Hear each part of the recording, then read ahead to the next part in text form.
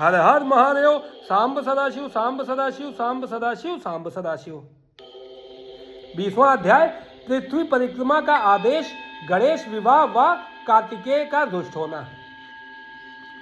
नारद जी ने पूछा, हे विधाता, आपने मुझे श्री गणेश के जन्म एवं उनके अद्भुत पराक्रम और साहस के साथ माता पार्वती के द्वार की रक्षा करने का उत्तम वृत्तांत सुनाया। अब मुझे यह बताइए कि जब भगवान शिव ने गणेश को पुनर्जीवित करके अनेक आशीर्वाद प्रदान किए, तब उसके पश्चात वहां क्या हुआ? ब्रह्मा जी बोले, हे मुनिश्रेष्ठ नारद, तत्पश्चात भगवान शिव पार्वती अपने दोनों पुत्रों गणेश और कार्तिकेय के साथ आनंद पूर्वक अपने निवास कैलाश पर्वत पर रहने लगे। शिव पार्वती अपने पुत्रों गणेश और कार्तिकेय की बाल लीलाओं को देखकर बहुत प्रसन्न होते और बहुत लाड़ प्यार करते। वे दोनों अपने माता पिता की भक्ति भावना से पूजा अर्चना करते थे, जिससे शिव पार्वती बहुत प्रसन्न होते। धीरे धीरे ऐसी ही लीलाओं के बीच समय बीतता गया और गणेश व कार्तिकेय युवा हो गए। तब एक दिन शिव पार्वती साथ साथ बैठे हुए आपस में बातचीत कर रहे थे। देवी पार्वती ने भगवान शिव से कहा कि प्रभु, हमारे दोनों ही पुत्र विवाह के योग्य हो गए हैं, अतः हमें अब दोनों पुत्रों का विवाह कर देना चाहिए। तब दोनों ये विचार करने लगे कि पहले गणेश का विवाह किया जाए या कार्तिकेय का।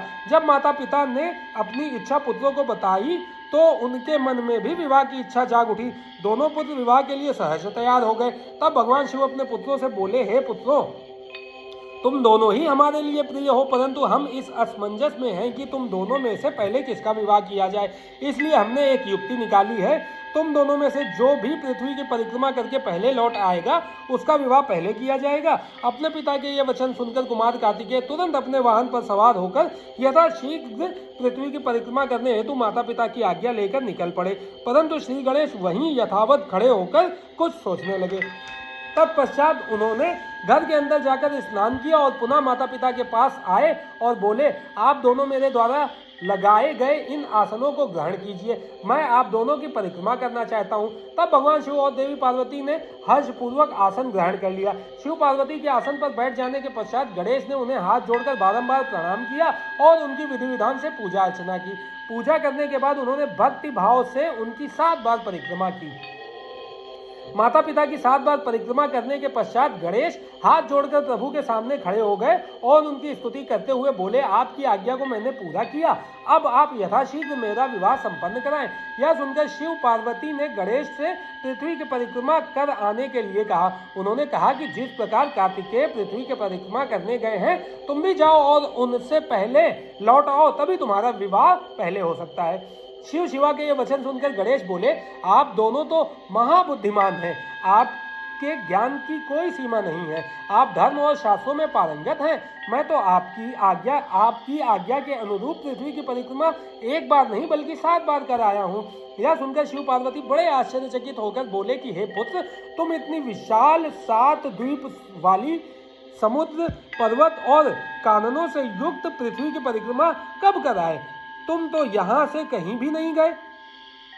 भगवान शिव और देवी पार्वती के इस प्रकार किए गए प्रश्न को सुनकर बुद्धिमान गणेश जी बोले, मैंने आप दोनों की पूजा करके आपकी 7 बार परिक्रमा कर ली है। इस प्रकार मेरे द्वारा पृथ्वी की परिक्रमा पूरी हो गई है। वेदों में इस बात का वर्णन किया है कि अपने माता पिता का श्रद्धा भाव से पूजा करने के पश्चात उनकी परिक्रमा करने से पृथ्वी की परिक्रमा का पुण्य फल प्राप्त होता है। माता पिता के चरणों की धूल ही पुत्र के लिए महान तीर्थ है। वेद शास्त्र इसको प्रमाणित करते हैं। फिर आप क्यों इस बात को मानने से इनकार कर रहे हैं? हे पिताश्री, आप तो सर्वेश्वर हैं, निर्गुण निराकार परब्रह्म ईश्वर हैं, भला आप कैसे मेरे वचनों को झुठला सकते हैं?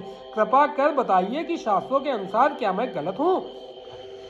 इस प्रकार गणेश जी के वचन सुनकर शिव पार्वती अत्यंत आश्चर्यचकित हुए। अपने पुत्र गणेश को वेदों और शास्त्रों का ज्ञाता जानकर उनकी प्रसन्नता की कोई सीमा नहीं रही।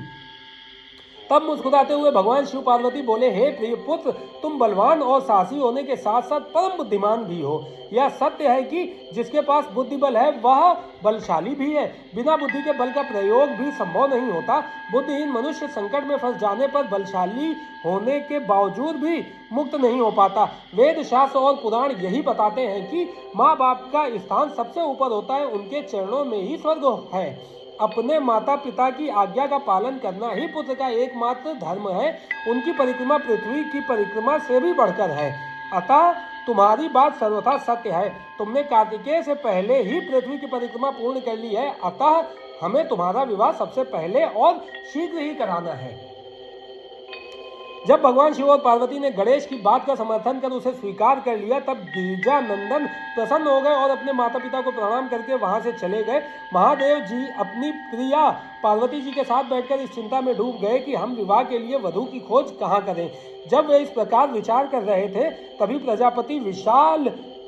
प्रजापति विश्वरूप कैलाश पर्वत पर पधारे और उन्होंने भक्ति भाव से शिव शिवा को नमस्कार कर उनकी स्तुति की। जब महादेव जी ने उनसे कैलाश आगमन का कारण जानना चाहा, तब प्रसन्न हृदय से विश्वरूप जी ने कहा, हे भगवान, मैं आपके पास अपनी 2 पुत्रियों सिद्धि और बुद्धि के विवाह का प्रस्ताव लेकर आया हूँ। प्रभु, सिद्धि और बुद्धि सुंदर और सर्वगुण संपन्न है। मैं उनका विवाह आपके पुत्र से करना चाहता हूँ। प्रजापति विश्वरूप के वचन सुनकर भगवान शिव और देवी पार्वती बहुत हर्षित हुए और उन्होंने उनका विवाह प्रस्ताव स्वीकार कर लिया। भगवान शिव शिवा ने अपने प्रिय पुत्र गणेश का शुभ विवाह सिद्धि बुद्धि के साथ आनंद पूर्वक संपन्न कराया। इस शुभ अवसर पर सब देवता हर्षपूर्वक सम्मिलित हुए। उन्होंने गणेश को सपत्नीक ढेरों आशीर्वाद और शुभाशीष प्रदान किए और अपने अपने स्थान पर लौट गए। तत्पश्चात श्री गणेश अपनी दोनों पत्नियों के साथ आनंद पूर्वक विहार करने लगे। काफी समय व्यतीत हो जाने के पश्चात उनके 2 पुत्र उत्पन्न हुए। सिद्धि से उत्पन्न पुत्र का नाम शुभ तथा बुद्धि से प्राप्त पुत्र का नाम लाभ रखा गया। इस प्रकार श्री गणेश अपनी दोनों पत्नियों और पुत्रों के साथ आनंद पूर्वक रहने लगे। श्री गणेश को सुखपूर्वक अपना जीवन व्यतीत करते हुए काफी समय बीत गया। तब कुमार कार्तिकेय पृथ्वी की परिक्रमा पूरी करके लौट आए। वे घर पहुंचने ही वाले थे कि रास्ते में उनकी भेंट नारद तुमसे हो गई। तब तुमने कार्तिकेय से कहा कि तुम्हारे माता पिता ने तुमसे सौतेला व्यवहार किया है। तुम्हें पृथ्वी की परिक्रमा पर भेजकर तुम्हारे भाई गणेश का 2 सुंदर कन्याओं से विवाह कर दिया है। अब तो उनके 2 पुत्र भी हो चुके हैं और वे आनंद पूर्वक अपना जीवन सुख से बिता रहे हैं। यह तुम्हारे माता पिता ने अच्छा नहीं किया नारद। तुम्हारी ऐसी बातें सुनकर कार्तिकेय क्रोध से भर गए। वे अत्यंत व्याकुल होकर अतिशीघ्र घर पहुंचे। क्रोध के कारण उनका मुख लाल हो गया था। कैलाश पर्वत पर पहुंचकर उन्होंने अपने माता पिता को हाथ जोड़कर प्रणाम किया। तत्पश्चात उन्होंने अपने माता पिता से इस विषय में अपनी नाराजगी प्रकट की। कार्तिकेय ने कहा कि आप दोनों ने अपने ही पुत्र को धोखे से यहाँ से भगा दिया और अपने प्रिय पुत्र गणेश का चुपचाप विवाह रचा दिया। आप दोनों ने मेरे साथ सौतेले पुत्र जैसा व्यवहार किया है। यदि आप गणेश का ही विवाह पहले करना चाहते थे तो मुझसे एक बार कहते, मैं स्वयं अपने भाई गणेश का विवाह उत्साह पूर्वक आनंद के साथ कराता, परंतु आपने छल कपट का सहारा लिया। आप सिर्फ एक पुत्र से ही प्यार करते हैं। मेरे होने न होने का आपको कोई फर्क ही नहीं पड़ता। अतः मैं यहाँ से हमेशा हमेशा के लिए जा रहा हूँ। अब मैं क्रौंच पर्वत पर जाकर सदैव तपस्या करूंगा। यह कहकर कुमार कार्तिकेय वहां से चले गए। भगवान शिव और पार्वती ने उन्हें समझाना चाहा, पर उन्होंने उनकी बात अनसुनी कर दी। नारद, उस दिन से स्वामी कार्तिकेय कुमार नाम से प्रसिद्ध हो गए। तब से इन तीनों लोकों में उनका नाम कुमार कार्तिकेय विख्यात हो गया। कार्तिकेय का नाम पापहारी, शुभकारी, पुण्यमयी एवं ब्रह्मचर्य की शक्ति प्रदान करने वाला है। कार्तिक पूर्णिमा के दिन कृत्य नक्षत्र में जो भी मनुष्य स्वामी कार्तिकेय के दर्शन अथवा पूजन करता है, उसके सभी पाप नष्ट हो जाते हैं और उसे मनोवांछित फलों की प्राप्ति होती है। सभी देवता और ऋषिगण भी इस दिन कार्तिकेय के दर्शनों को जाते हैं। उधर कुमार कार्तिकेय के इस प्रकार नाराज होकर चले जाने के कारण उनकी माता पार्वती बहुत दुखी थी। वे शिवजी को साथ लेकर क्रौंच पर्वत पर गई। उन्हें देखकर कार्तिकेय पहले ही वहां से चले गए थे। तब भगवान शिव उस उत्तम स्थान पर जहां उनके पुत्र कार्तिकेय ने तप किया था, मल्लिकार्जुन नामक ज्योतिर्लिंग के रूप में स्थापित हो गए और आज भी देवी पार्वती के साथ विराजमान हैं। उस दिन से शिव शिवा दोनों अपने पुत्र कार्तिकेय को ढूंढने के लिए अमावस्या को शिव और पूर्णिमा के दिन पार्वती जी क्रौंच पर्वत पर जाते हैं। नारद, मैंने तुम्हें समस्त पापों का नाश करने वाले श्री गणेश और कार्तिकेय के चरित्र को सुनाया है। जो भी मनुष्य भक्ति भाव से इसे पढ़ता, सुनता अथवा सुनाता है, उसके सभी मनोरथ पूर्ण होते हैं।